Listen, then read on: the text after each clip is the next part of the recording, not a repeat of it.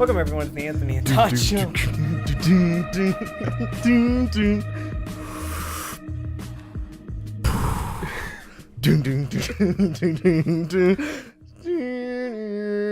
is the most famous song. Tripping off the meat grinder, slipping off the meat flimer. Smash Bros. For Wii U doesn't have the ice climbers. San Francisco 49ers, I'm in line at the subway. I don't think that's how the song goes. Yes. Oh my gosh. Welcome everyone to the Anthony and Todd Show. I'm your host Vincent, aka Vinny Vincent, aka I'm pretty impressed by the Rumble, aka I'm pretty impressed by the Royal Rumble. It was good. Good job WWE. You didn't fuck it up this year. AKA, I pre-ordered my copy of JPEG Mafia on vinyl. AKA, where the fuck is my Frank Ocean vinyl? Like I ordered that like 2 months ago and it's still not here. Like, I didn't order. I think it went to the Bermuda Triangle. That's where all Frank Ocean merch goes. We need to get it out of the Bermuda Triangle. And I'm joined today by my ever attentive co-host, Trevor, aka the secret bonus Migo you get when you complete the game on extreme difficulty, aka the guy that thinks Boss Baby was good. It was a good movie. Do you have any taste? Any taste? It was good. It's not good. It's not good. It's a good movie. What was your favorite Please part go about watch it. Was it that the baby was a boss? No, honestly, there's some like really creative parts. Like, at one point, a toy car explodes. how was that creative? Because, like, it was made out to look like a huge action scene, but in reality, it was just like they were playing with toy cars. You're wrong. You need to That stop. was a good movie. Welcome everyone again to the Anthony and Todd Show. This week's different. We're doing things different this week. If you're watching on YouTube or Facebook, you may notice we have video. It's not just like graphics. We can look into your soul. You can see us talking. You can see us interacting with us. You can see us kiss MF Doom back here. Lord and Savior MF Doom, we love you. We love you, Doom, wherever you be. Rest in peace. No, he's not dead. Just kidding. He didn't die. But you can view us. We can look at you. We maybe can view you. We can't view you, but we can. Black Mirror, We can Black look at Mirror. the camera. We can look at the camera and pretend it's you, and pretend we're having a conversation. You can see my dumbass hair. You can see Trevor's beautiful, luscious beard. You can see me punch Trevor in the face, and again, kiss Doom. You gotta love Doom. You can see this dumbass BoJack Horseman statue that keeps on like falling off every You can't 5 see it. goddamn I'm in the seconds. way. If you're listening to the audio, I'm sorry. I guess you're just gonna miss all these visual gags, but okay. Let's hear it for the visual gags. All right. Okay. This is episode 24 of the Anthony and Todd Show, an episode we would like to call John Landis directs The Three Migos. Thank you. We got a great episode planned for you today. First off, to start off, Migos burn their reputation to the ground on their new record, Culture 2. Evidence uses the wrong form of weather on Whether or Not. Ground is Lava takes us on a chiptune adventure with Ground is Lava 2. And Ghostface Killer loudly eats chips for an entire album on his new collaborative remix project with a Prowl Brown called The Brown Tape. And that's this week's episode. It's a pretty stacked, pretty interesting episode. I was interested to go into all these projects and see how they planned out, especially the first one we're going to talk about. Migos with Culture 2. Migos is an Atlanta hip-hop trio that took off with their single Versace. I think that was their first notable hit, and starting around 2016 with their hit Bad and Bougie, which features Lil Uzi Vert. They essentially just took off. Like Versace did like a big thing for them, but like Bad and Bougie literally just like skyrocketed. That was the skyrocket. They followed that up in 2017 with Culture, a album that was critically well received. I personally did not care for it. I thought the best moments were the singles. Best moments were Slippery, Bad and Bougie, and T-shirt. Even though those tracks had some bad features, Slippery and Bad and Bougie had Lil Uzi Vert and Gucci Mane, which had some like lackluster performances.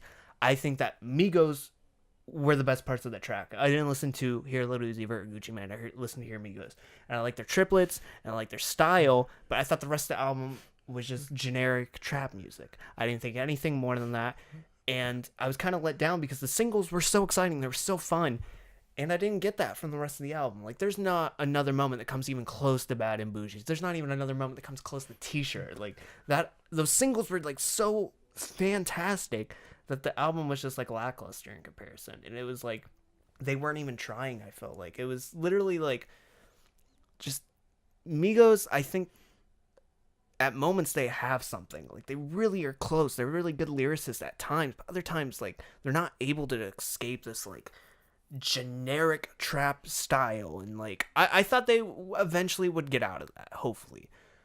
But then Quavo and Travis Scott dropped Jack Honcho, the collaborative duo, the supergroup as they're calling it, which really wasn't. It's only two We people. we reviewed that like 3 weeks ago, and me and Trev both did not like it. We thought there were some decent moments like Modern Slavery, Black and Chinese, and How You Feel were good.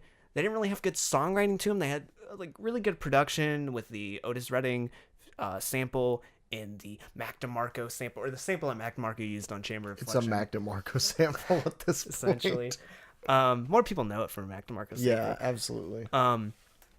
We thought those moments were good, but when you listen to the rest of the album, they basically write the same song 16 times or 13 times. I forget how many tracks are on that album, but they essentially write the same song over and over again. Mm-hmm. And that was my biggest problem, is because the features that were on it, besides Takeoff, who had like a notable verse, none of the features really got that good. The one like other notable feature was Young Lean, who had like a really brief performance that I feel like would have been a little bit better expanded on, but like the features weren't that good. Travis Scott is like at his most boring to date. Quavo is at like his most boring. Quavo like further proving why people think he's like one of the weaker members of Migos, even though he's probably like one of the most popular. People think he's not the strongest, Right. because he's just a hook guy. And I think this Culture 2 further proves why people view him as just a hook guy, because when he gets down to his actual verses, they're not good. They're not. Like, there's nothing special to him. It's like the most generic hip hop I've heard ever. Like, it's so boring, it's so lackluster. And the fact that Jack Honcho was released like 2 months ago. It was released in like tail end of December. Mm-hmm. And we're in January now. No, it wasn't even 2 months ago. It was a month ago. Wow, time moves fast.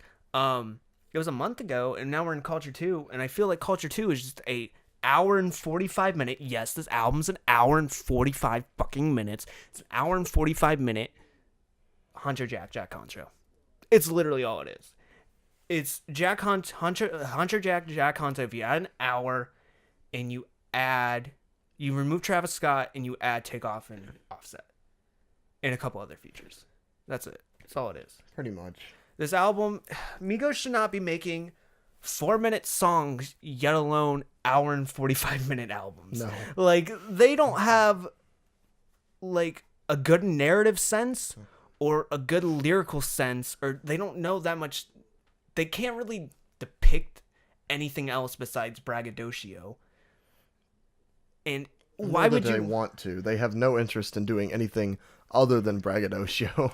It's just so weak. Like, this is a weak album. Like, this was a very, very it tough takes a listen. week to listen to. It literally does. Like, I felt like I aged. I listened to this yesterday. I was holding it off the entire weekend. I just didn't want to listen to it because I knew I was just not going to like it. Once I found out it was an hour and 45 minutes, because I had some interest going into it at first because I wanted to see how it planned out. But once I knew it was an hour and 45 minutes, I'm like, oh, it's Honcho Jack. Like, I already know. It's awful. And I listened to it, and I felt like I aged like 20 years when I listened to it. It's just so long. It's so boring. Covers so many of the same ideas over and over again. It's like I'm banging my head against the wall for an hour and 45 minutes. It's just this repetitive, dumb cycle of like useless material. I think overall, there's like a few good moments. I think for obvious reasons, Stir Fry is a good moment. I think Motorsports are an okay moment. I think Narcos, is that what it's called? Narcos? Narcos, okay, yeah. I'm just trying to remember off the top of my head. Narcos is a good moment. But even some of the better moments has their weaker problems. Like Narcos, which is a very Cuban-inspired track, has not a lot going on lyrically. Like Quavo's really weak on the hook. The hook's really weak to it. But Takeoff and Offset have like decent verses. So I think that kind of saved the track a little bit. And the beat's like fantastic. This Cuban inspired beat, making all the references to like drugs and like the show Narcos, I think really planned out well. But again, Quavo sucks on that track. It just fucking sucks. Like, he's just bad. It's so so boring, so generic, and there's nothing really to it. And then we continue, then Stir Fry, which was produced by Pharrell Williams, is literally what I imagine a nerd Migos collaboration would sound like. And it's really good. The beat's really exciting. For sure. It takes pretty much like what I liked about the production of Lemon and gives it to Migos. I think that's like, it's utterly fantastic. Migos comes off as just really fun. It's lighthearted. There's enjoyable moments to it. And like, I'm just sitting here wondering if Migos has this, like, where has this been the entire album? Because Stir Fry's in like in the middle of the album. And I'm just confused at this point, like where that was the entire project. Because it's short. It's only 3 minutes and something. And again, only 3 minutes. Most of the tracks on this album are around 4 to 5 minutes. It's one of the shorter tracks on the album, and it's also one of the best.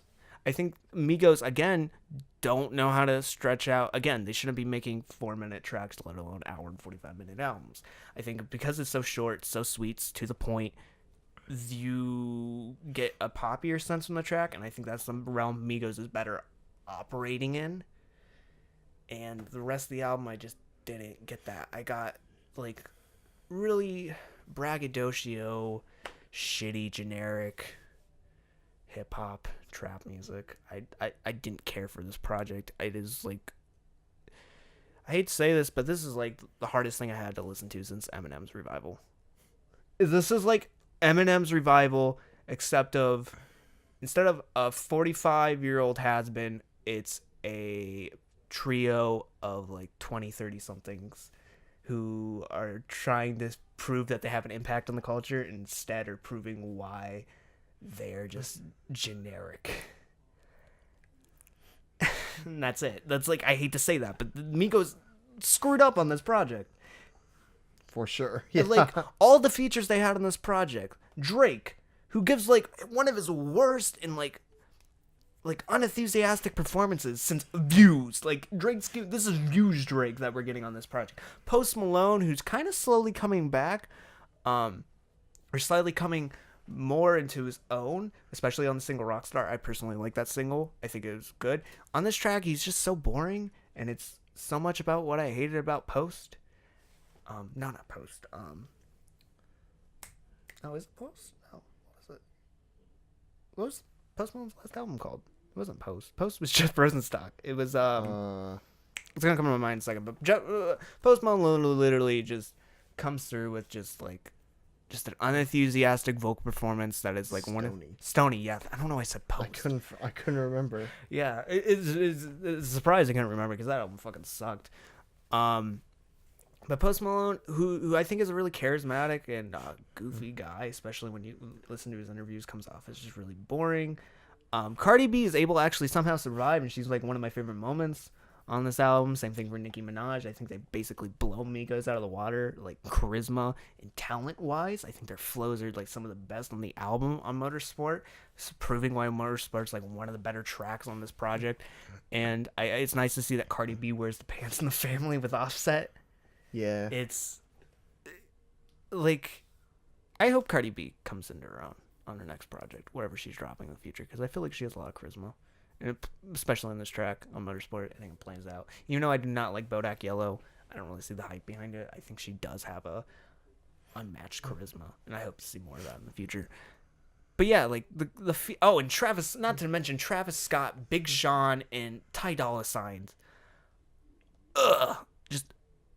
They're just all boring. Big Sean is actually worse than Migos. Like, he's just proving, he's like, oh, you guys think you can, you can't rap? Oh, well, I can't rap at all. I don't know words. And he just, like, goes out and proves why, like, he's one of the worst lyricists. Like, I decided Big Sean kind of proved why he has some talent with, like, tracks like No Favors and Bounce Back and Moves. But, like, he just forgets how to rap on this track. Like, this is, like, classic Big Sean where he just doesn't know words. I decided to not perform. Yeah, he just doesn't rap. This reminds me of a time where somebody tried to tell me that Big Sean had a bigger impact on the Detroit hip-hop scene than Danny Brown, to which I kindly disagreed. I've been sweating like I'm in a... Okay, we're not going to do that. But yeah, this album is just a mess. I just intensely dislike this album so much. I hate this album so much.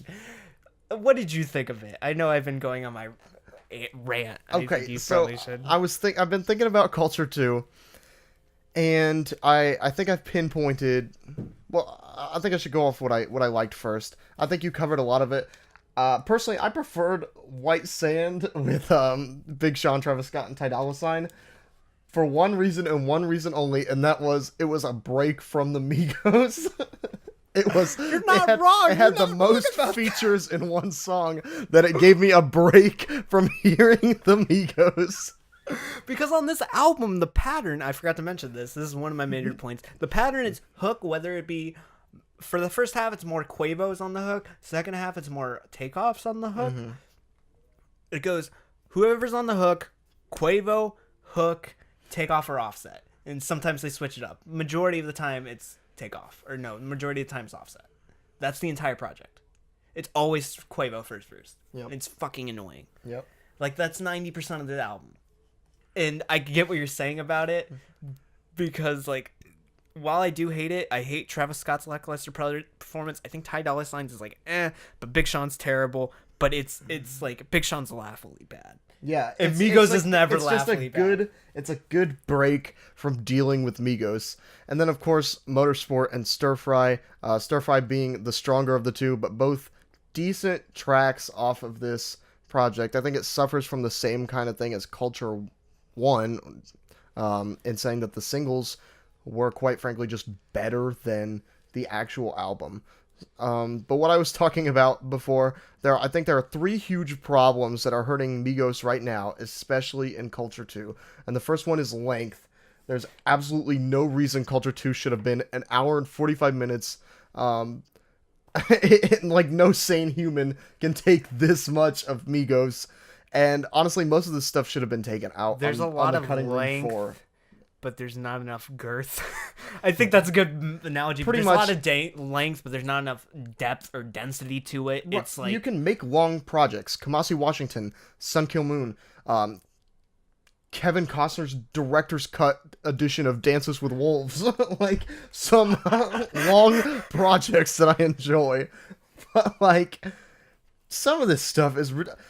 Top Down on the North should have been out. Work Hard, out. Crown the Kings, out. Like, any of these tracks, if you don't even remember what they are, they should have been cut easily.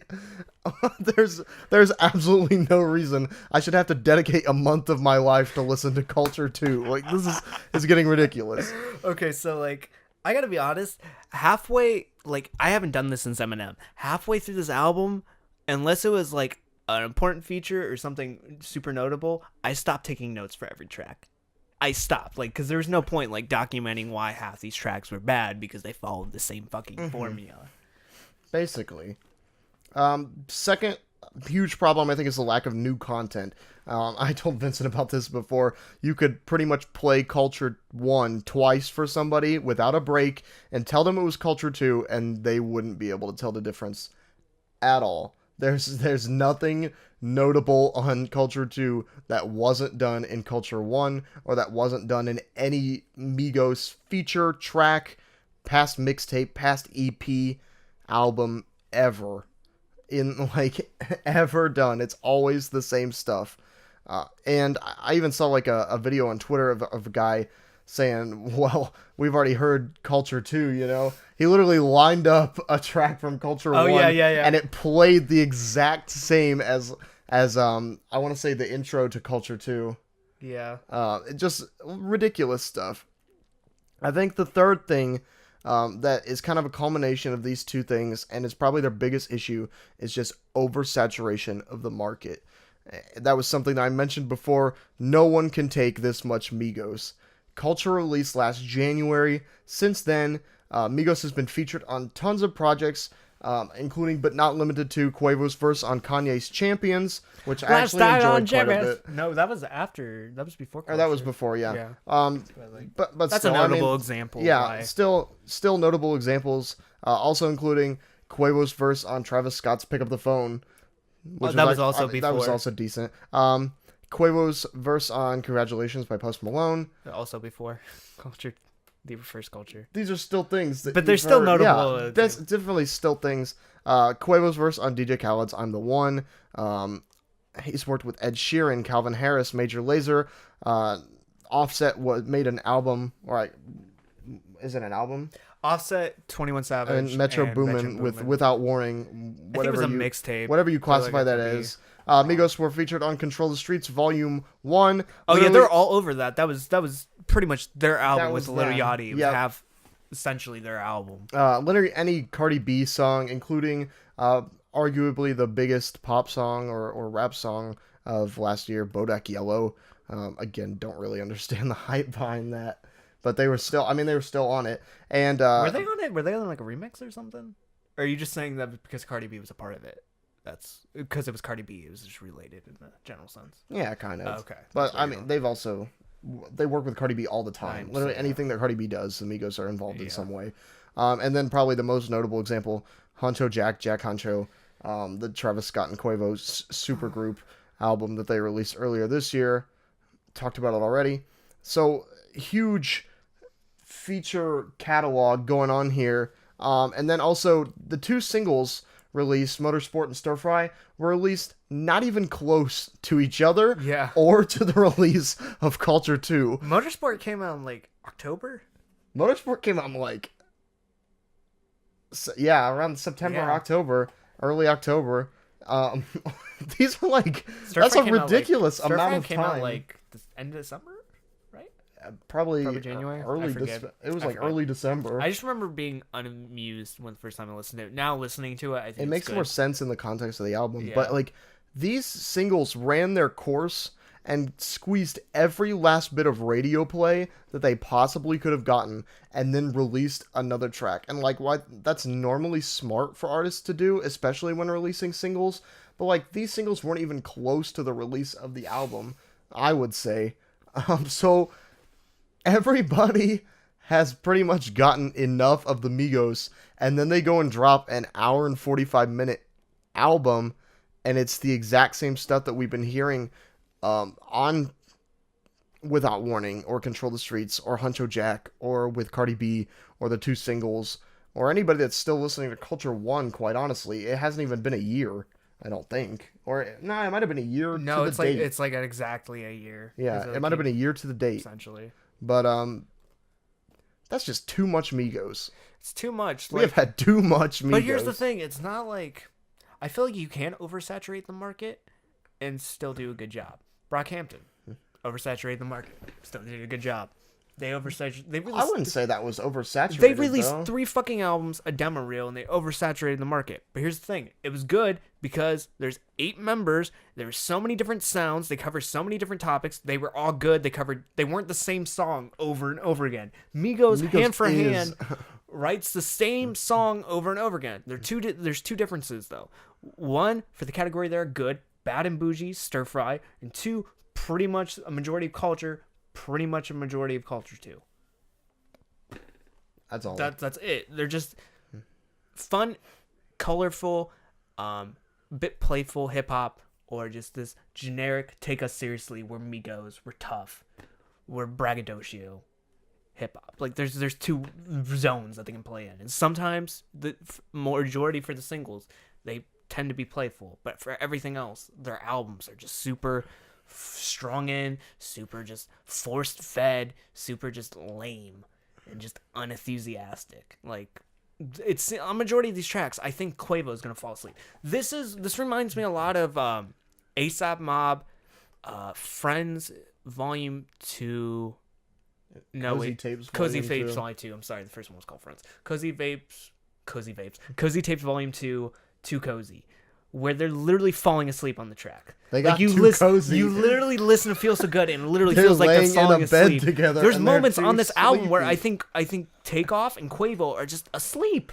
I think they're asleep. They're like, oh well, we just gotta go to bed. It's bedtime. Offset recorded them while they slept talk. I think it's literally A$AP Rocky laced them some warm milk during all the recording sessions, so they fell asleep. That's what happened. That's definitely what happened.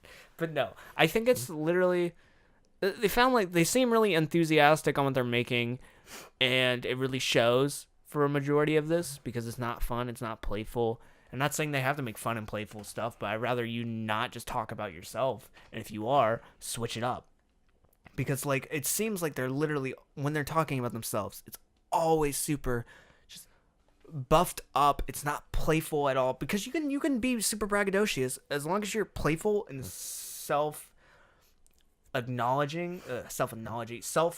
aware that you're being super braggadocio and you're able to joke about it. I think it's fine. Or if you're just being completely like fucking stupid about it, like Little Pump or a Little Yachty, it works. It works in those two realms. Yeah. I think they're just taking themselves too seriously. They're not attempting to make anything that doesn't make them be perceived as badasses. They're trying to be these tough badasses. But when they do break out of this braggadocio or try to have a little bit of fun or loosen up a bit on moments like Stir Fry, and I would even say Flooded, where they just go completely fucking stupid. Like they're just joking around. Flooded with the hook. Flooded. It's so stupid. Like you can't take it seriously, but at the same time, it's one of the better tracks on that album because it is so stupid. Like it's so just zany and almost goofy. You can't really take it serious, but like at the same time, it's a lot of fun because of that. This album is just too long. Quavo is literally one of the like worst rappers just out there currently, I would say. Like not even lyrically nice, just because like songwriting wise, I would say, because he has a good flow, but besides that, because like Big Sean, at least he can paint a picture sometimes, occasionally. If we're lucky, but he's not constantly braggadocio like I feel Quavo is. He's like a different type. It's weird. Quavo's better lyricist, I would say, but Big Sean at least is different, and like I'd rather listen to Big Sean than Quavo, I guess. That's what I'm getting at. But Offset and Takeoff seem like background characters to Quavo, and this is the Quavo show with moments of Takeoff and Offset. I feel like for majority of this, and I just there's too much Quavo. There's in the second half there's a little bit too much Takeoff, not enough Offset. I don't know. Like there's just like I felt like Takeoff, especially in this project, would try to step up, would try to show his worth, because people view him as not as relevant as Quavo and not as good as Offset. So I felt like he would probably want to show up, but like when he like gets his own time on this, it's boring. It is like so boring. Like his performance on let me look for it. His performance. Did I just not write it? I think I just didn't write it. Oh no, on Too Much Jewelry, is just so just strung in. His autotune's terrible, and literally the best part of that track is Quavo on the autotune on the second half. I think is good. Like I think Quavo provides a good autotune, like little moment, but like Takeoff is just so strung in with his vocals, is so like phoning it in that it doesn't matter. Like I feel like he would actually try to deliver us something like punchy or exciting, be like, "Yo, I'm the fucking best Migo." Like it doesn't seem like they're any competition in between them. And not saying they should be, but like maybe it would help. I wish there was competition because I think it would inspire them to be better. I wish that Offset would have came out while Quavo and Takeoff were sleeping and made some songs by himself. It would have helped, but like this Migos project seems like a phone-in way of publicity more than it does an album, or basically just a vehicle for motorsport and Stir Fry. That's all it seems. It didn't have to be an hour and 45 minutes. It did not have to be an hour. To be a vessel for motorsport. Again, they just didn't know what to fucking cut. They had no idea what to cut. Because everything that Migos makes is gold. Like, there's so many. I don't think I need to say anything else. Like, I have other notes I want to talk about. I can mention how Gucci Mane is completely fucking trash. He's not goofy whatsoever. I can mention how the two first songs are like okay, but like after that, it's literally the same thing for like the next like hour and a half. Every track is 4 minutes, 4 to 5 minutes. It ranges somewhere in there. It's an hour and 45 minutes long. No one needs that much Migos. I don't think we need that much Migos in a year given an album. It's just, I wish there was less. I don't even think less would save this, because when there's less of this, you get Honcho Jack Honcho, and that was still trash. So, like, I don't know what else to say. I think this is a completely... one more thing I want to mention. BBO, which features 21 Savage, who has, like, a catchy verse, but he's just, like, phoning it in beyond hell, like Migos is, has production from Kanye West, and it's literally some of the most, like...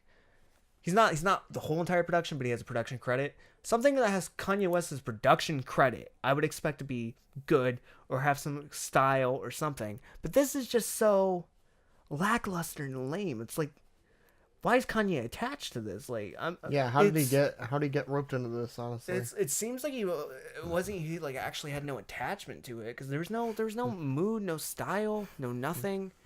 And I'm generally disappointed in that track, because when I saw Kanye was on production, I expected something more lavish. And that was like one of the first tracks where everyone seemed visually tired. Like 21 Savage wanted to take a nap on the hook. Like, they kept him all night partying, and he's just like, we gotta go to the studio now. And he's like, I wanna go to bed. I don't know why he talks like that. Going to bed. I don't know why he talks like that. But I wish everyone seemed more awake, more alert, more energetic. I wish this was like half an hour. I wish there were more moments like Stir Fry, Motorsport. I wish they gave everyone like a nice warm slice of pizza or something to like keep them awake. Especially Drake, who seems like super unmotivated. I don't know what excites Drake. I don't know. Josh. Sitting on the Seattle Space Needle. Yeah, that you gotta put him on the Space Needle, and then you gotta like, he'll be so energetic, he'll like drop like something similar to If You're Reading This Is Too Late. But like, this is just trash. This is trash. This is like the worst thing I've listened to since Eminem's Revival.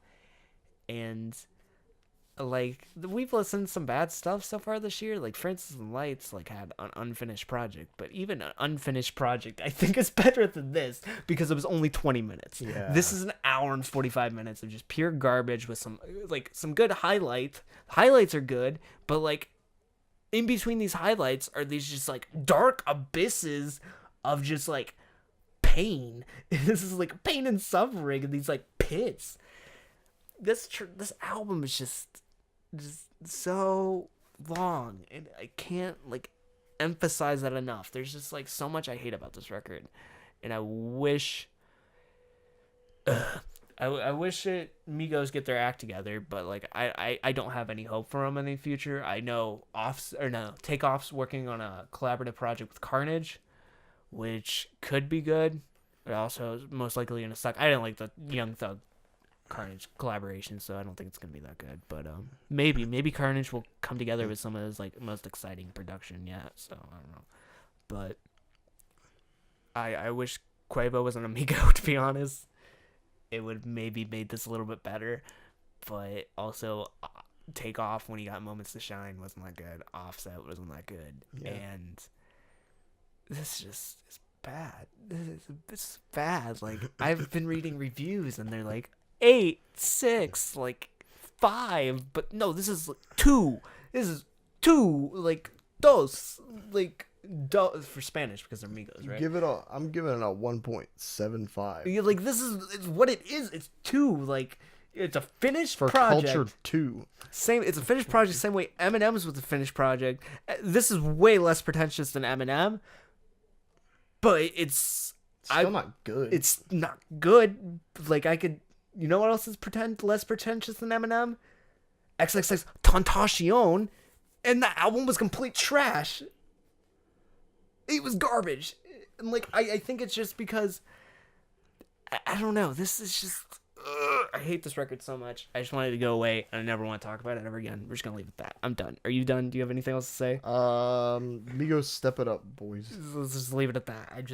I'm done. This album got to me. I'm angry. I want to move on to something else. I'm just in a pit of rage at the current moment because of this, and I just So don't listen to this album. Listen to Stir Fry, because I feel like that's worth it. Stir Maybe Fry's Murder's good. great, but that's it. I'm done. That's the review.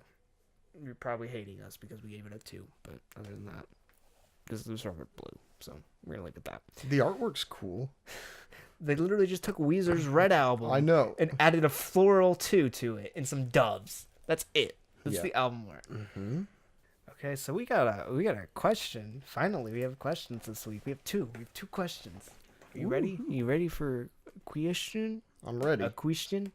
We're gonna do one now. We're gonna do one later. We got a question from Paxwell, which I can only assume is our buddy Maxwell Paxwell from WSU. So shouts out to you if it's you. If it's not, I'm sorry. Shouts out to you still. Shouts out to you, whoever you are. Okay, you ready for this question? This is a deep, deep theoretical, I'm ready. evaluative question. You need to answer in an essay. You have 5 minutes. Okay. Okay, who would win in a fight between a taco and a grilled cheese sandwich? Definitely I honestly have an actual answer to this. I prefer tacos quite a bit. No, who would win in a fight if they? I'm giving my answer. I prefer tacos quite a bit because they're obviously just like better foods or like full food. But grilled cheeses are like sturdier. Yeah, that's what I was thinking. So Like a taco, you just punch it once and it's and shattered. that thing's done. But a grilled cheese smushes, but it's never done for. It's just a bunch of melty cheese and grilled bread, and it sticks together, and it's great. A taco would probably attempt to punch it, and then it would like bust. Break itself.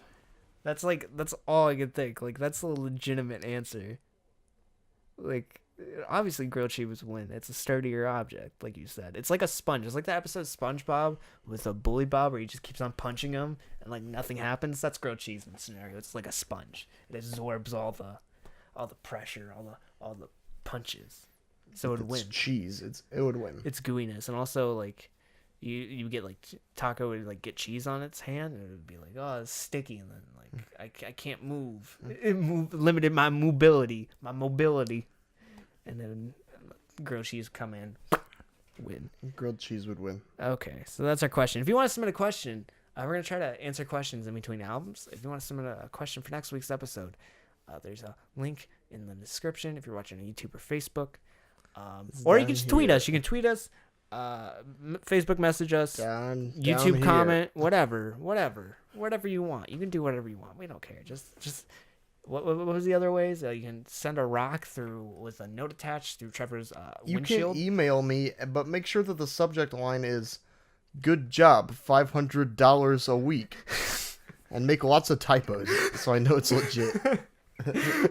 Nigerian friends, Nigerian knuckles need your help. And it just says, "I need your help." I do not know and the then way. just ask the question. Okay, you ready to talk about evidence? Yeah. Do you have any evidence to talk about? I found a bloody knife at the crime scene. Oh, what are you gonna do about that? I'm probably gonna take it to the police. Okay. Evidence is a California rapper hailing from Venice, and he's part of the Rhyme Sayers label under Atmosphere's label. And Usually an album, or usually a label that we enjoy. yeah, most of the majority, more than not, I would say. I think for some projects, there's a lot of Rhyme Sayer projects that I listen to that are just overall mediocre, but then you do get the moments that are like really enjoyable. You do get like the Brother Ali's or the Dem Atlases Or the or A$AP Rocks. or the ASAP Rocks. Can't even forget the ASAP Rocks. Or like even I think Doom has some stuff out on Rhyme Yeah, Slayer. Doom's got some Rhyme Sayer stuff. And then is there anyone else I'm forgetting? Is there any? I know you have the notes up. No, there's no one. Felt. That's it. Yeah. The Uncluded. I don't think we're forgetting anyone. But Evidence dropped this new record.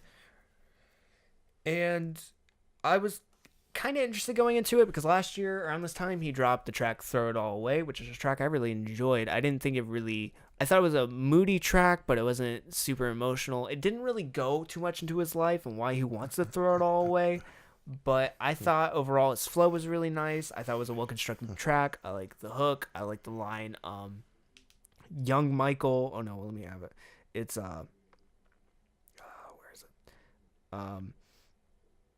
hands up like a stick up, Killer Mike running Jules. Like, that's such a clever line because Evidence real name is Michael, so he's making reference to Running Jules. Michael Evidence. Yeah, Michael Evidence, that's his name.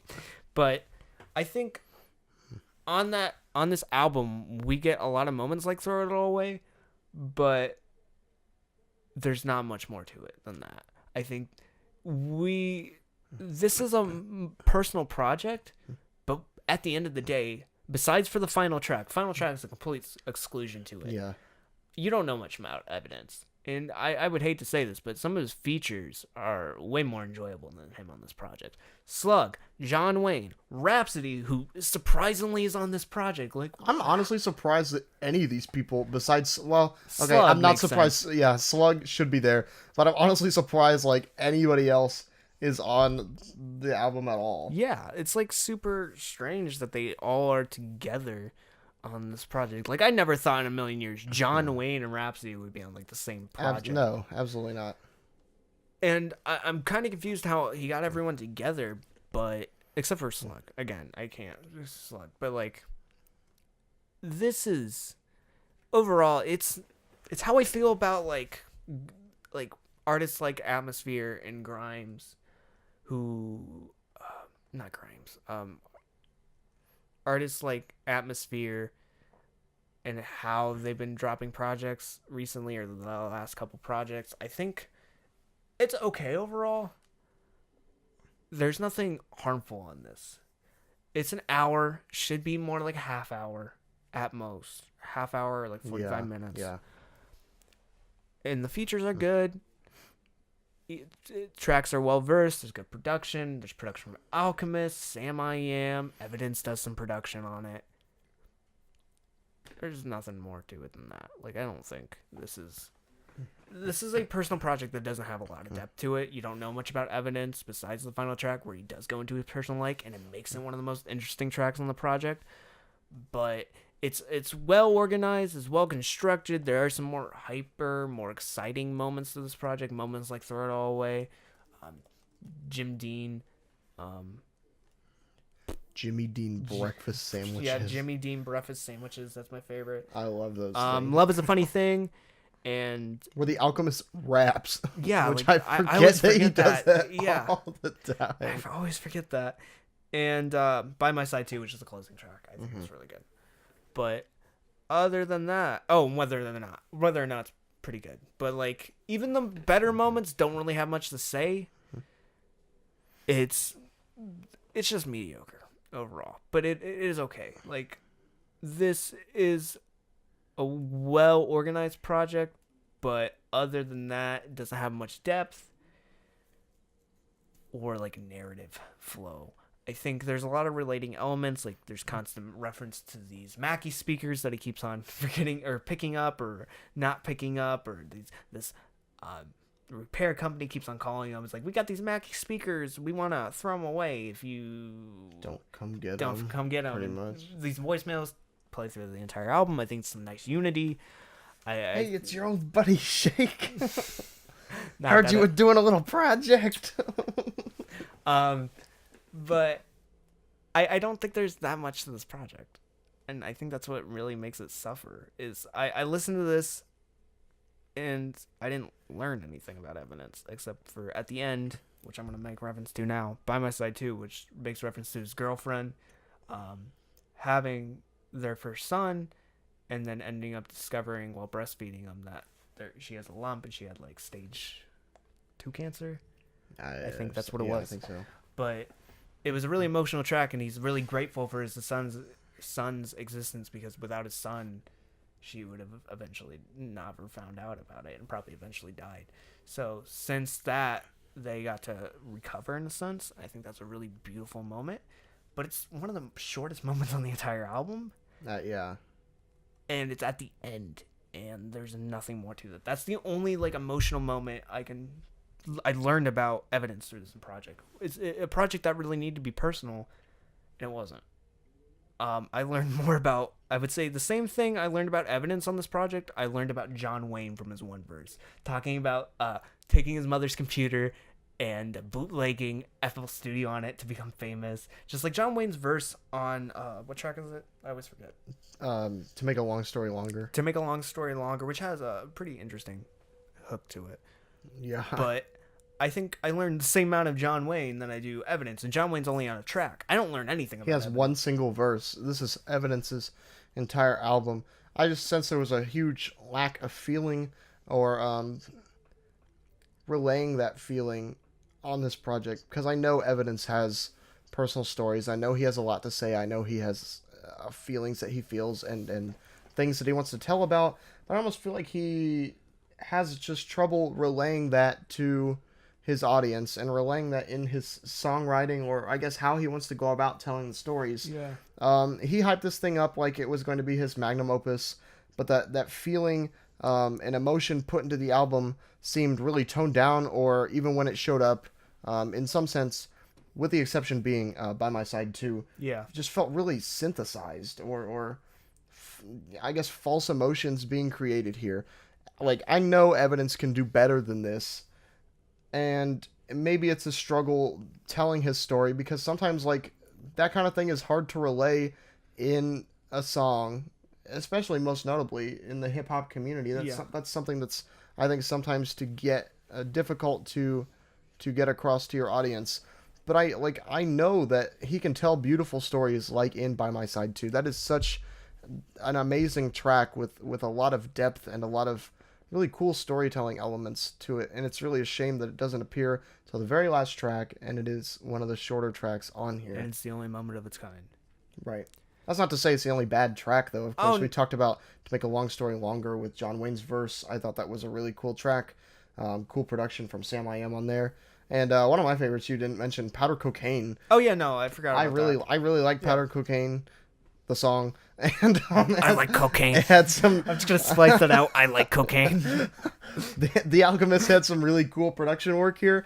That sample used in the background reminds me a lot of Kelly Chris's Popeye, which was one of my favorite tracks from last year. I don't think it's as notable. No, as definitely not version, as notable, like, but it's of the same vibe. Yeah, of the same vibe for sure. And I like think that line. Slug's feature was pretty cool. I like the line how he starts it off. He's like something. Cocaine is a hell of a drug, and then he like like I forget the actual line. No, I actually wrote it down somewhere, didn't I? No, I didn't. Oh, I'll look it up in a second. But yeah, it's like just such great opening line with him making reference to the Dave Chappelle skit of him and I forget who, but no, Rick James. That's who it is. Rick James, the Rick James sketch where he's like, cocaine is a hell of a drug, and making reference to that. It's been done before, but like I think his wordplay on it is really, it's going back to like a new way to do something. It's interesting at a time where that line has been done time and time again. And yeah. At the worst, this album's just kind of meh. It's not annoying at its worst. I'm not annoyed by this project. No. I think it's a little longer than it should be. It should be about it should be 15 minutes less or half an hour less. It does not need to be an hour, especially because I don't think there's a lot worth to be had here for an entire album. There's not a lot to be said here for an entire album. I think some tracks should have been cut out. I think Evidence is a veteran at this point, but he has his flows down, but he does not have a narrative sense down, and that's something he needs to prove on. I think even layout wise, I think this album's pretty good. Just the narrative is his narrative songwriting is his biggest problem on this. Moments like Whether or Not, which show is reference to why this is this is supposedly the third album in like a Weatherman trilogy, as he's supposedly called it. Yeah, and it's supposed to be the closing, but I think it doesn't. Even if I haven't listened to the two previous projects, but like as a closer, it's not that spectacular. I think he would go like balls to the wall for a closing album, but he really didn't. And yeah, it's kind of a letdown at times, but it's not annoying. There's nothing wrong. His wordplay is good. His pacing, his flow is good. It's just his narrative songwriting's weak.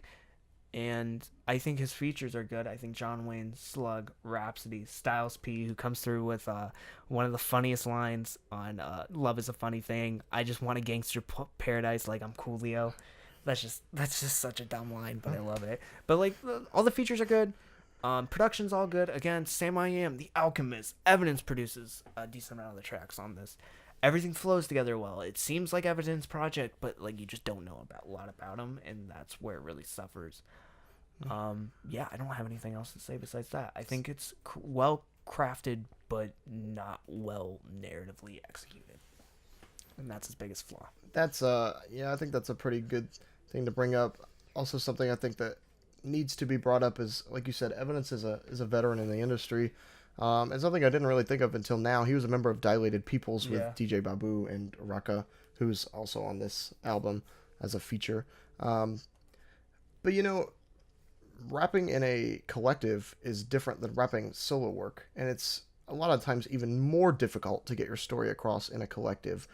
Dilated Peoples released 6 albums before, I guess, branching off into solo work. And not to say that they still don't work together, of course, but I can see, I guess, where that lack of storytelling foundation would come from. Rapping in a collective can do that. That's not to say it can't be done, because it definitely can. Wu-Tang Clan had some story. Wu-Tang Clan. Saturation. Yeah, Brockhampton. I'm thinking of Stains right now from Saturation 3. Yeah. Told stories all around from all the members, you know. It can be done well, but I can definitely see where that lack of foundation is. I think as Evidence releases more and more solo projects, he will start to come into his own, because we see that he can do it. He can definitely tell stories. It's just a matter of working on that a little more, building, making up for that lost time, I think. How old is Evidence? Look that up. 41. 41? Yeah. He's got time. He can Johnny Cash it. Oh yeah, yeah, like, he's definitely got time. Yeah, like that's what I like about like music nowadays. Like people like can release music at like Andre 3000. Yeah, like in 80s. He's like 95. He can be like 95 and drop his final album if he wanted to, but like you mean his I think debut album? I think it's like it gives more, because of like modern medicine and the internet and just so many other, and like home recording studios and stuff like that. There's just so many elements now. People can release music in the late 90s and they can mature. They have a longer time to mature. Like we think, like this is completely stupid, but I want to hear Lil Pump's music when he's like 60. Yeah. Yeah, like, and we're also like 70, but like. I'm but just like curious to see what he just like stupid stuff like that, and like Evidence has like a ton of time to grow. Like he's not going anywhere. Yeah, anytime for soon. sure. So like I think this is a minor bump, but it's not gonna hurt him. I don't think it's a like a good. Well, it's a well crafted project, but it needed a lot more than we're given. It needed to pull back a little bit less, especially in the length. But there's some good moments on this, and I'd be lying if I say you shouldn't check it out. There's definitely things I would recommend. Throw it away. First of all, definitely it's a great single. There's a lot of good stuff on this album. It's really just how much, I guess, you put emphasis on storytelling in your own hip hop tastes, I would have to say. But definitely, I would definitely check it out, because there's worth in it still. I don't know what to give this as a review. I'm feeling like overall 6.5. I think that's decent. Yeah, I'd say 6.5 too. I think there's narratively is his biggest complaint. Production's good. Flow is good. He's like is able to keep up with people like Rhapsody and John Wayne, but it just narratively he's just not able to match that.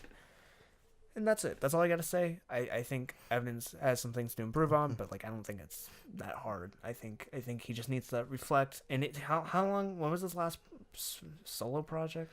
Like 5 years ago. Weatherman LP was 2007. Cats and Dogs was 2011, and then he took a break and did an album with The Alchemist in 2014. Yeah, and I think they're doing another one of that.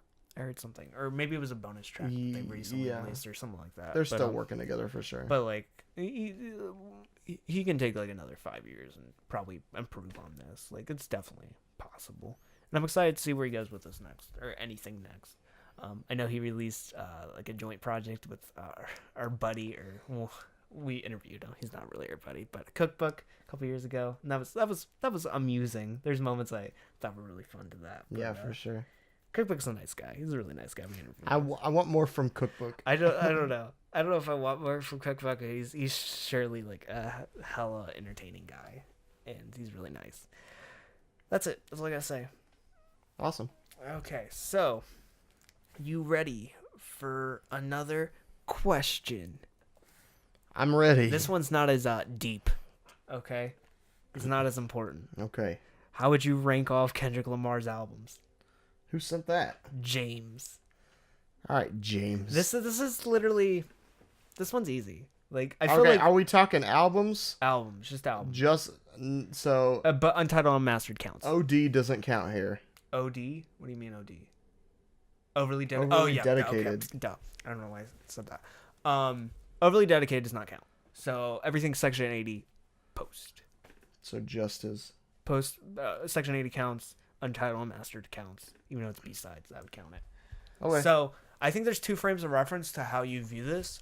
I think narratively, Damn, Untitled, Section 80, Good Kid, To Pimp a Butterfly. Overall, just the quality of the music. Section 80, Damn, Untitled, Good Kid, To Pimp. To Pimp and Good Kid are 1 and 2. Okay, I have to agree with the second list overall because okay, so storytelling, again, like we talked about with the evidence review, storytelling is literally just what you put, how much evidence, not how much evidence, how much emphasis you put Could be how much on evidence. storytelling when you listen to hip hop. So like obviously, B-side albums aren't gonna tell much of a story. And mixtapes aren't going to tell much of a story, but... Well, Section 80 tells a pretty decent story. That's an album. Oh. Yeah. Well, it's kind of... I don't know. Fuck it. Never mind. I'm drinking my water. I'm ODing on my water over here. But, I mean, I would definitely agree. Section 80 at the bottom. I think Kendrick was kind of just getting a feel for his whole studio album, trying to make a story kind of thing. Obviously, artists get better in time. Damn second, because I think that it's just, I mean, some of it's a mess, but it's a good mess. Second worst or second best? Second worst. This is Okay, the I was bottom. like, okay, This so- is the top, So obviously, you because said it's Section above. 80, Section 80, Damn, Untitled. Yeah. Untitled is fantastic. Untitled's Please listen to Untitled if you haven't. It's just absolutely amazing. And you wouldn't think that it is, but I listened to Untitled Unmastered on repeat for like a month. That's how much I love it. It's really good. Every time I revisit to it, it just puts a smile on my face. Like, Timber Butterfly is like one of the best albums of all time, but like, it's really... I don't know. Like, there's the rawness to Untitled like provides this like weird vibe that like I feel like Timber Butterfly isn't able to match for some weird reason. It's even though it's all like over the place. like but it's Timber good. Butterfly is so theatric and it's so like extravagant, but Untitled is just raw, uncut, just aggression at times, but like joyful moments at others. Untitled 6 is really peaceful at times, it's really moody at times, but it's also raw. Like the rawness is my favorite thing about that. Then definitely Good Kid, Mad City. Good Kid. Just, it's a movie in sound. That's it. I would It's say so Timber Butterfly good. is also a movie to sound, but it's more of an abstract. Yeah, it's more of an. It's more of like a abstract David movie, Lynch for film. sure, versus the Three Amigos. Yeah. Section. I mean, not Section 80. Good Kid, Mad City is utterly fantastic. It's utterly fantastic. And again, based on how much emphasis you put on storytelling, To Pimp a Butterfly and Good Kid could easily be switched because I think they are of the same quality.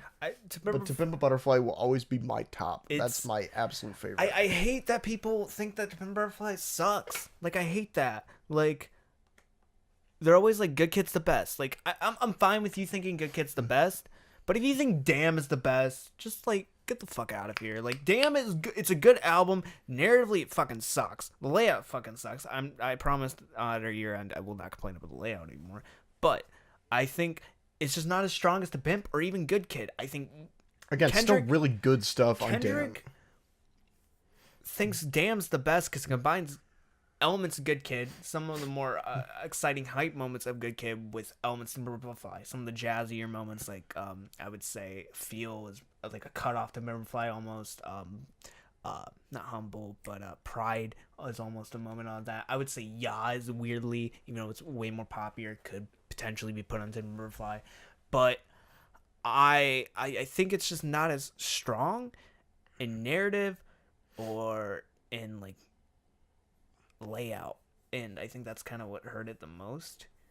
And since it has so many styles, it's all over the place, but it's not surprising like a JPEG Mafia, how that was super surprising. But like even though it takes so many styles, it's really consistent. Like you can't go from like Yeah or DNA to Yeah. Those are like two fundamentally different tracks. Like they shouldn't even be on like the same half of the album, let alone right next to each other. And that's what hurts it the most, in my opinion. It's a good album. I like it. I like listening to Damn on shuffle, which is the regular version. But I think... Have you ever listened to Damn Sideways? Oh, yeah. Have you ever listened to it underwater? Oh, wow. You have to be upside down underwater. Have you ever listened to Damn with your speakers all the way at 0? Then it tells a story.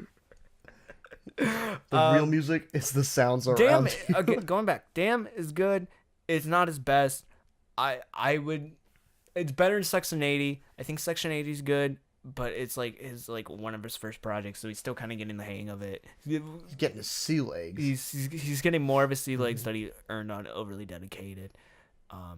But Good Kid's fantastic. It's his most poppy sound, I would say, but at the same time, his most narratively pleasing. It's narratively like strong, like cohesive. It's really solid. Whereas Timber Butterfly is like abstractly, I'm not gonna say abstract, but more abstract, more kind of over the place. You have to sit through it. It tackles concepts instead of a story, which is but I think there is a story that you can go through. There's this devil. There's Kendrick sells the soul. Like there's elements to that album that but it's not as strong. It isn't as this kid going up in Compton. Yeah. Like I think To Remember is his best. I think one of the things I think Kendrick may hate it because like Kendrick, like the more I think about this, because we were planning on doing a review at one point, and I was just thinking about the record, and Kendrick had to go through a lot to make that. Not just like going and making the album, but like the mindset you had to get in to do that is just like it's so heartening. Like it probably hurt. There was a lot of pain that went into that project. Not to mention he had to live through those experiences in order to tell the story. And it's not like Good Kid where you're out of it. Like you went through it. Timber Butterfly is what he was going through at the current moment, and I think that like fucked him up. And it made good music, but like I think Damn was kind of a retaliation of kind of like, okay, I need to get out of this fucking mindset. And it made good music, but narratively wasn't as good. I'm not saying Kendrick should like hurt himself to do anything. No, but, like, artists suffer for their work, but like there's got to be a line drawn. But like Kendrick could easily like make a narrative pleasing album again, and it probably won't be as good as Timber Butterfly, because Timber Butterfly is like once in a lifetime. But you just take your time. It could be like as good as Good Kid, Mad City. It could be as good as Untitled. Just take your time. But like, I don't want you to hurt anymore. I hope we get a more like either a more popular album from Kendrick or a more like narratively pleasing album from Kendrick. I think he's got to pick a side. And I think that was one of the biggest problems. But yeah, I think that's the order. So final order. Section 80, Damn, Untitled, Good Kid, Timber Butterfly, T-Pap. And I want to hear you guys' reactions. If you guys want to fight us, the address the address is 1333 Up My Ass Lane, Transylvania, North Dakota, 432. That's the zip code. Oh, okay. If you guys disagree, please let us know. Because fight us. I want to see what you guys have to say. Or if you want to know about our rankings for other artists, we will gladly let you know those too. The reason unless you ask me about Bjork, in which case I will say they all sound the same, except for Utopia. That's ooh. But yeah, I think the reason I wanted to do this question, because usually I like to save these for like videos, but like this one, it was like we already listed our opinions on this before, so it wasn't anything like new. Okay, but like again, send us questions. We love answering your questions. It's really fun. It like breaks up these moments of just kind of like yelling, laundering through Migos, doing and like laundry, threatening to punch Offset because he's homophobic. in the nipple. In the nipple? Ooh, Yeah. we don't want to kill the man. Just punch him in the nipple and he just dies. He's done. What if that was a thing? Like you just that? Your nipples. That is the function of the male nipple. This Is a a self-destruct button. Ooh, you got me riled up. Who's a lame The ass lame ass bitch? That's gonna punch my nipple. Okay, you ready to wait for this next review? Ooh, the ground is lava. Ooh, ooh. Get off this shit is loud. Get off the fucking ground. This shit is loud. Ground is lava is an electric musician. Electronic. Does the cord come out of his butt and you plug it into the wall? Let's try it again. No, I'm keeping that in. Ground is Lava is an electronic musician and producer based out of LA. Stop laughing. Basically, he got his start in music. This is just a fun fact. His dad directed the Aha video "Take on Me," and I think that is really, really cool. I got a question for you. Did you ever learn how to sing all the high notes in that song?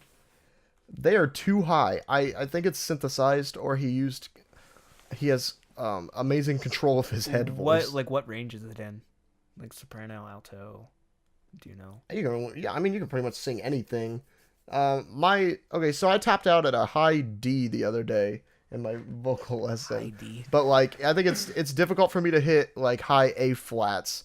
I would say that the top note of Take on Me is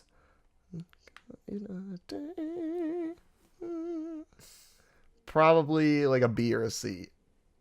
So that's hard to do. What's like the highest thing to hit for like anyone? Like an A? Is A's? I have no idea. I don't know music. I don't know music. It depends on your voice, I guess. There are some people that can go like super high. Wait, the ground is lava. You gotta get your foot out. But yeah, I think that's just a really interesting fact that his dad directed like one of the most influential music videos all the time. Oh, absolutely. Like, I'm not joking when I'm saying that. Like, that is one of the most influential. It really is, yeah. Because of rotoscoping, I think it's rotoscoping. It literally is one of the most well-known music videos, and it's been referenced in like everything. And that song is like really still popular to this day, being one of the most. I'm not gonna say it's an influential track, but it's a very popular track, one of the most popular tracks of all time. I would say. Yeah, very much so. Anyway, yeah, sure. Ground is Lava made his debut. He released self-titled EP studio album in 2011. Ground is Lava, and it had some really, really interesting concepts on here. It had, it was basically a chiptune album with really cool production, but it also featured a lot of different rappers came on and did features for it. That sounded super awkward. John Wayne, Shlomo, I think Slug was on there. Quite honestly, it's a really cool concept and a really cool album. Well constructed album. And at this point, it's kind of obvious that that me and Trevor are suckers for like chiptune or anything, like 80s inspired, 80s, 90s inspired, whether it be like that's my lo-fi aesthetic. lo-fi hip hop instrumentals, vaporwave, like 80s synthesizers. We're like suckers for that shit. Like artists like Tom Cruise and a plethora of like vaporwave artists like Macintosh Plus and all that shit. We're just suckers for that fucking aesthetic, I guess, because we're losers. And I really liked. You introduced me to that project last year with the track. I can never say it. It's like Shlava. Is that how you say it? Yeah, okay, hearing you say it makes more sense than me reading it in my head because again I can't read. But I heard it and I was just like, the John Wayne feature on it's great, and I was like, get out the fucking ground, this shit is loud. How he puts his, it's like super lo-fi, like somebody coming over like a 1950s intercom. No, it sounds like he's in the arcade cabinet, like it's coming from an arcade cabinet and it's coming through it. It's like, or it's coming out of NES or something like that. It's like very bad sound bites coming out. But it has a purpose to it. And like late last week or whenever this review comes up, I discovered that he had a new project coming out, Ground is Lava 2, or it was already out. And I heard a couple singles last year, but I completely forgot about it. But I was kind of surprised that this project came out because I liked Ground is Lava 1 and I wanted to hear more of that style. And Ground is Lava 2 is here now. And reading the backstory behind it, it's kind of interesting because I'm not going to say it's B-sides because it is a separate project, but the story behind it is that Ground is Lava made Ground is Lava 1, released it, had like a plethora of not like B-sides material, but like a completely separate project done when he was finished.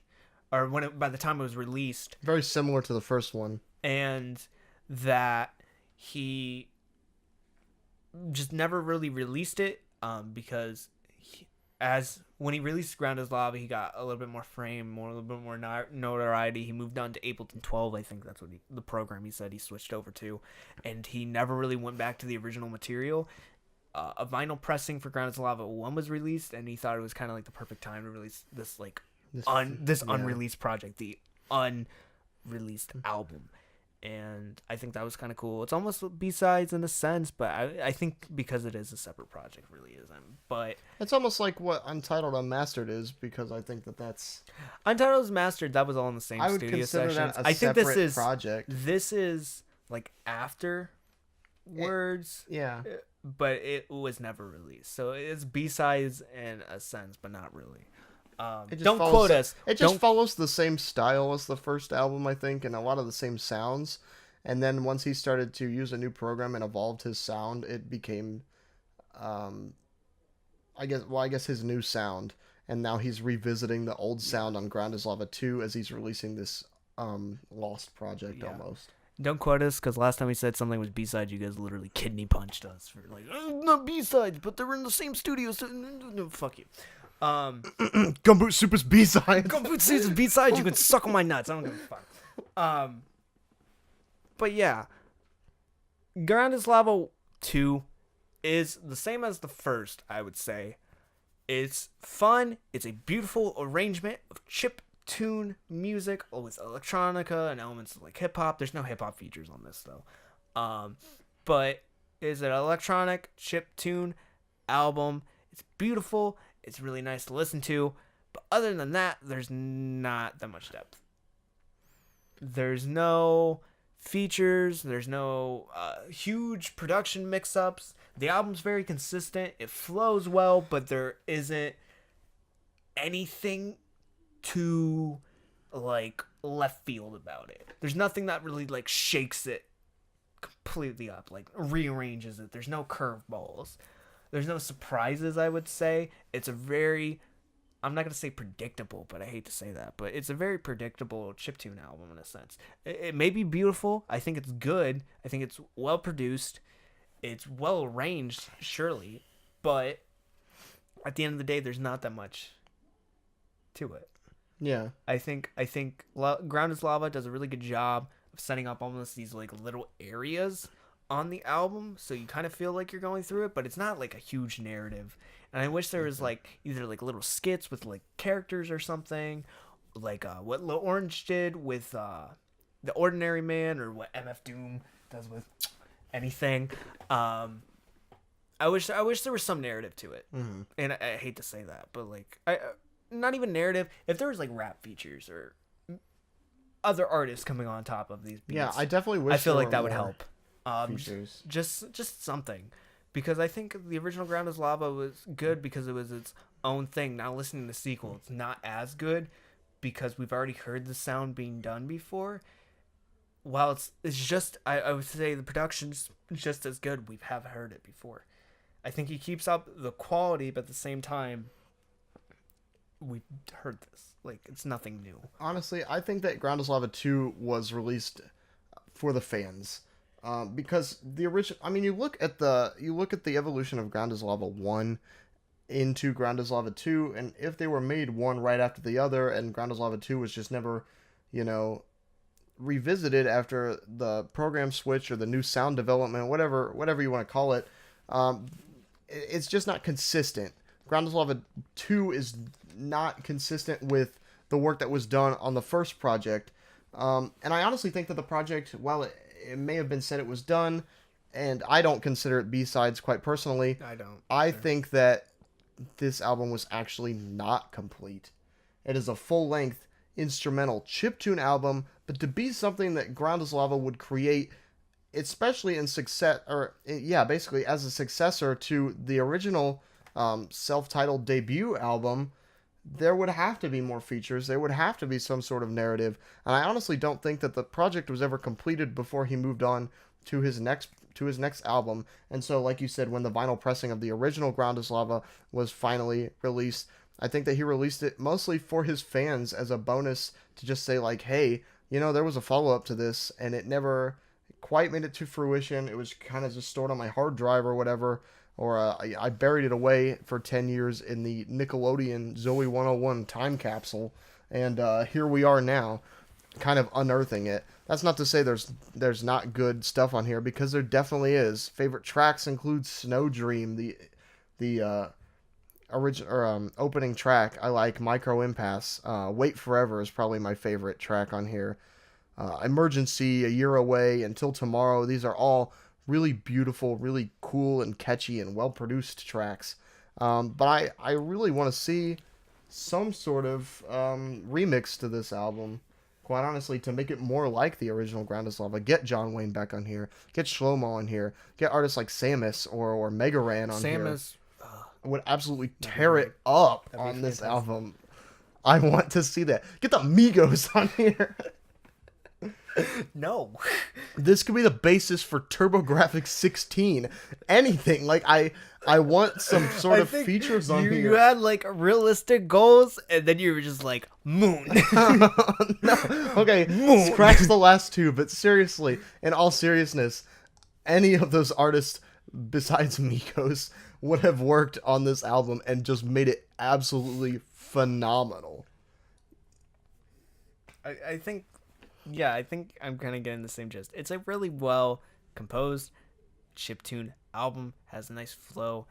I do get some visual imagery on this project of what the worlds he's trying to encapsulate in this video game almost sense world, but there needed to be something else. There needed to be a little bit more depth. There needed to be a little bit more spunk, personality, something else to it, because it seems like just Ground is Lava 1 without some hip-hop features that kind of broke up the monotony of it.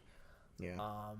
I like this project, though. I will listen to this project more because it's good background music, I would say. Oh, I really enjoy it. I think Part of me really wants to make my own remix of it. I think it's a really well-constructed chiptune project, but it just needed more. That's all I can say. Yeah. I think it for 40 minutes, I think it actually fills its length pretty well. It works out really well as a quick listen. Yeah. So definitely check it out, though. I would recommend it. I think overall 6. I think that's it. I think it's good. 6, probably 7, but maybe 6. I'm feeling 6 overall. I'm gonna give it a 7.5. I think that's good. Okay. I enjoyed it a lot. I want to see what Ground is Lava releases next. I hope he has something actually in the canon that we're gonna get this year. Me too. Because I hope this is not all we hear from him this year. I want to hear a little bit more, because I feel like it could be really exciting. Okay. You ready to eat some chips really loudly in the studio? Yep. All right, so Ghostface Killah is a former member of the Wu-Tang Clan. Well, I guess he's still technically in the Wu-Tang Clan if they would ever do something. The Wu-Tang Clan is still a thing. The Wu-Tang Clan is forever. It's forever. It always will be. It has existed since the beginning of time. I don't think that's true. It is. Okay. They were with the dinosaurs? It's amazing. So creationism was right. That's what I'm getting from you. Wu-Tang Clan existed with the dinosaurs. Yes. Okay. Continue. Basically, I'm sorry I went on that tangent. No. Basically, the Brown Tape, his most recent project, or I guess technically most recent project, is a revamped version of his basically concept album from 2013, 12 Reasons to Die, which had production from Adrian Young. Yeah. That was the original producer, Adrian Young. It's basically a concept album based off of a comic book about gangsters in 1960s Italy. I don't know, it's really cool. About the DeLuca crime family, and everybody dies. And this character, Tony Starks, and Ghostface Killer is actually a character. He plays Tony Starks. But then Tony Starks was killed and becomes Ghostface Killer. It's quite a... It's a really interesting narrative for a hip-hop album, and I think Ghostface Killer delivers on it. But going into this project, I don't know why, I was expecting, like, an actual Ghostface Killer Apollo Brown, because it wasn't. So was I too. It wasn't listed as a 12 Reasons to Die remix. It was listed as the Brown tape and nothing more. And you read the description, and you're like, oh, this is a remix. Like I went through it Friday and was like, oh, this is a remix album. That makes sense. But like going into it, I really didn't pay any attention to the singles. I just knew that they had a project coming out because I follow Mellow Music Group on Bandcamp, and that's the label that dropped this. And I was excited going into that for a reason, because Mellow Music Group released some of our favorite hip-hop albums last year. Open Mic, Quelle, Orange. So I was excited to go into it. And I feel like Apollo Brown, who's the producer, and this is a collaborative project between him and Ghostface. That's what it's listed as. Ghostface Killer and Apollo Brown. Yeah. I feel like it is...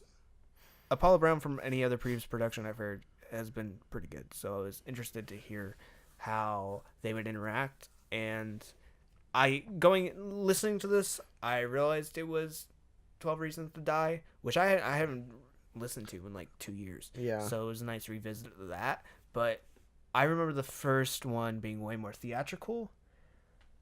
Wow, this one seems way more like a Wu-Tang project. And I think I like this one better. First one is like you take Ghostface Killer out of the real world. In this one, it puts it back in. And I believe this one more. I believe the narrative because of it. It gives it more of a sense of realism. Weirdly enough, it does seem like a Wu-Tang project. And I would honestly have to say this is more of a Wu-Tang project than like the Wu-Tang tape we got like last year. The Mathematics, what was it called? The Wu-Tang Clan back in the shuffle or something. I forget. It was so unnoteworthy that I completely forgot about it. But this seems like an actual Wu-Tang Clan project that's just frontlined like Ghostface. It has features from Master Killer, RZA, who else? I'm kind of for features. Yeah, features Ghostface. Oh God, Master Killer, You God, Inspector Capadonna, Killer Sin. There's just a lot of names on it. RZA. And it seems more like an actual Ghostface or actual Wu-Tang album, weirdly enough. This is more of a Wu-Tang album than the last Wu-Tang album. And it's nice, and I think the narrative that is built on this was on 12 Reasons to Die was good, and I think narratively it's the same. Like this album, the only difference is the production. That's the major difference. And I think the production again is able to put it back in the real world. So, like, it's really difficult to talk about this project because it is essentially just a giant remix album and nothing more. Remix mixtape, remix album. There's nothing more to it than that. So I'm just going to potentially talk about 12 Reasons to Die and Brown Tape at pretty much the same time. Talk about the narrative. It's basically about this crime family that Tony Starks essentially splits off from.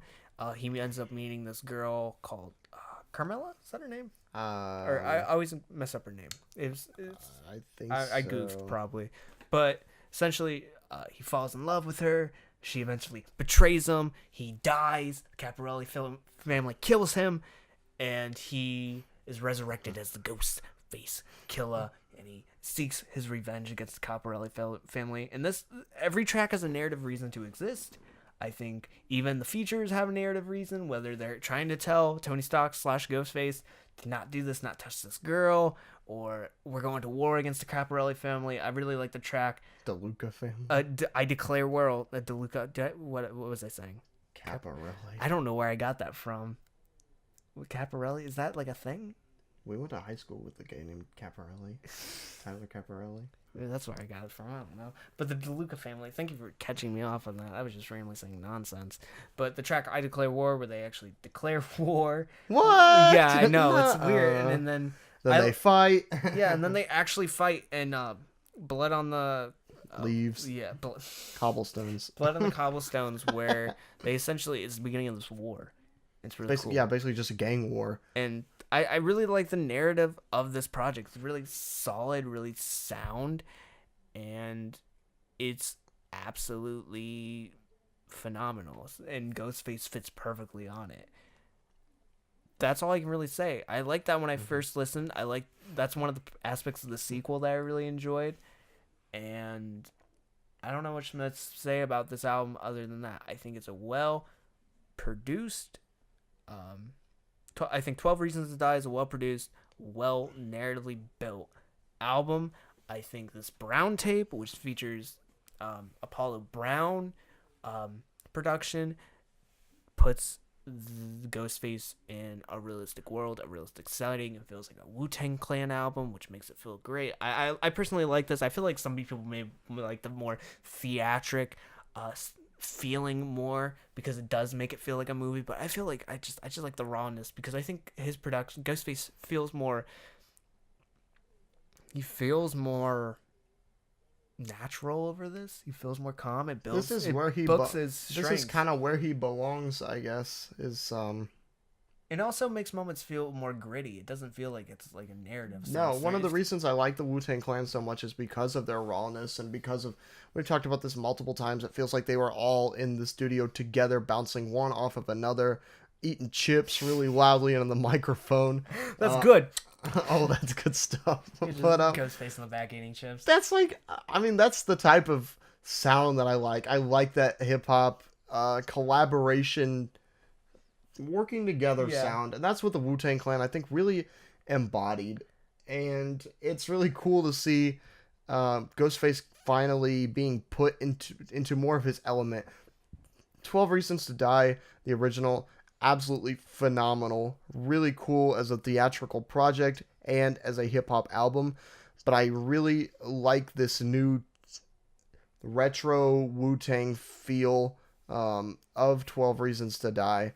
It's like taking somebody's solo project and putting them back into their old element and seeing how the sound sounds. This is how you do a remix album. This is really well done. Revisiting an idea or an old project, having a new producer, just essentially just how would they work it. This is their take. Yeah, this is Apollo Brown's take on a classic. Like, one of the things I was disappointed by that No Worries remix project is it just seemed like Knowledge was just spitting a bunch of ideas randomly, and it didn't, like, there's no really purpose to anything. Like, I felt like the production wasn't that special. Like, Anderson .Paak felt like he just felt natural over everything. But, like, this is, it still has the narrative punch of the first album, but it's not, like, all over the place. It's not just a remixed album. It's still a cohesive project. The production's different. It's a reimagining, and I think I really like it for that.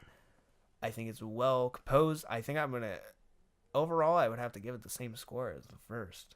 I think overall 12 Reasons to Die was an 8. I think this is an 8. I think it does a good job. I don't think it should qualify for a year-end list because it's really good. It's good, but like I don't think it should.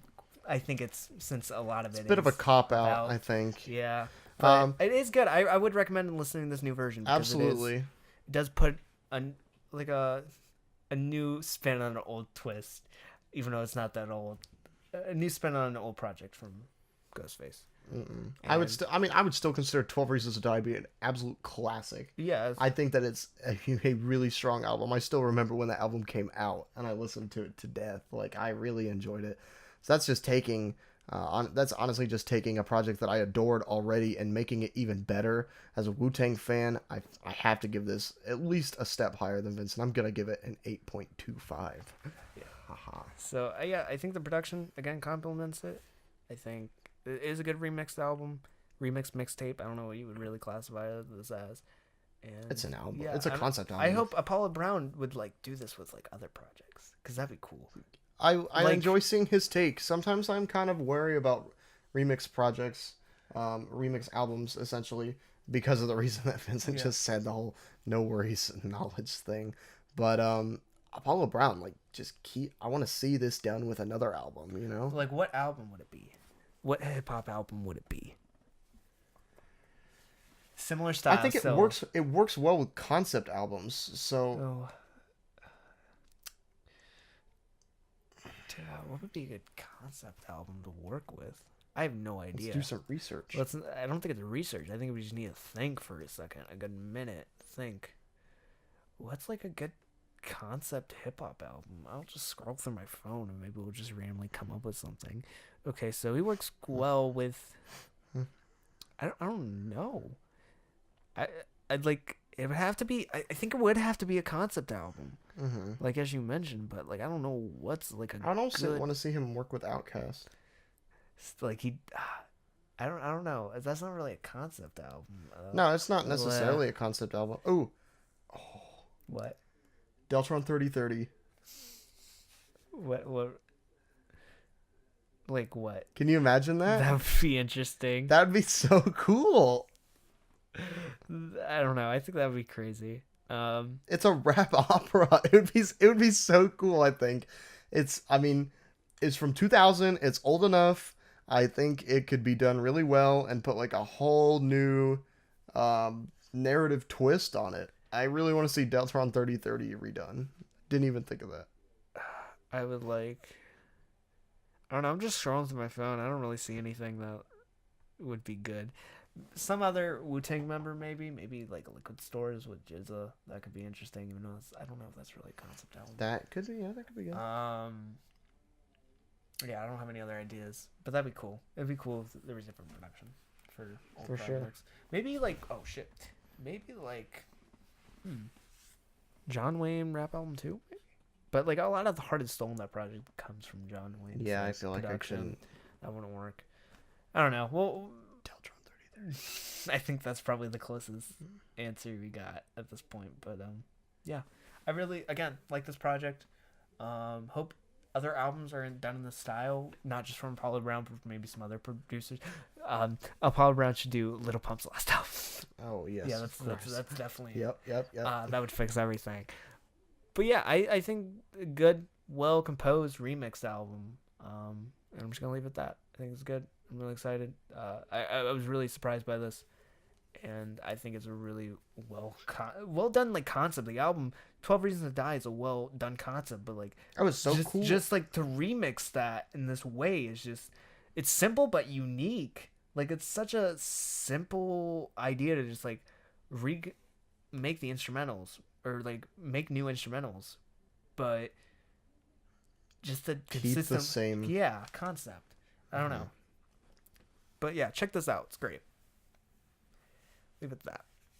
Awesome. Okay, I think that wraps it up for this week's episode of Anthony and Todd Show. I think this episode went off really well for our first video episode.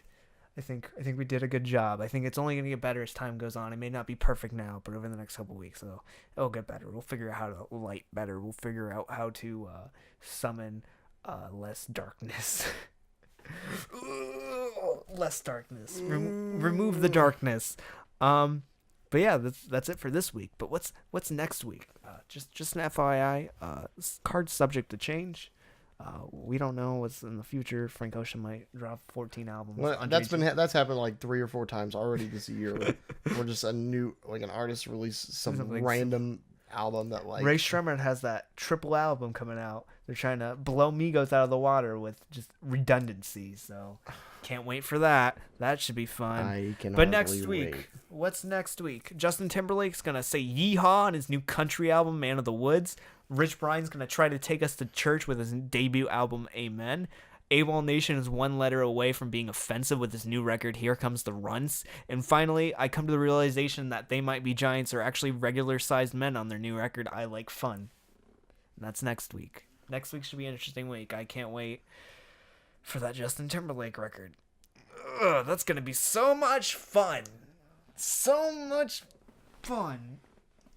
Have you heard the Chris Stapleton track? It's so much fun. I love when he just takes other artists and does a really good job with them. I'm not lying at all. Put your filthy hands forward. That's my Justin Timberlake version. I think it was pretty good. Till next time, guys, make sure you like our Facebook page, follow us on Twitter and Instagram, subscribe to us on YouTube, Podbean, Stitcher, Google Play Music, iTunes, and Spotify. If you want to submit a question for next week's episode, there's a link in the description if you're watching on YouTube, Facebook. If not, you can tweet us. You can send us a Facebook message. You can YouTube comment. You could just hurl a rock through Trevor's bedroom window and with a note attached, and he'll answer that question. Yeah. And if you like I'll our throw theme the song, rock back outside. just because we don't want to waste your rock. You can have it back. We'll just keep the note. And if you like our theme song, is produced by our friend DJ Quest. Our outro song's called Reply. Our intro song's called No Sleep. There's links to songs in the description. If you're watching it on YouTube or Facebook, it'll take you to SoundCloud. No SoundCloud jokes in 2018. That's canceled. This has been episode 24 of the Anthony and Todd Show, an episode we would like to call... I can't remember the director's name. Boy, you slipping. Boy, you gotta hurry up. This episode's gonna end. I'm shoot. Episode we like to call John Landis directs the Three Migos. Till next time, guys. See ya. Goodbye. Bye, Dune.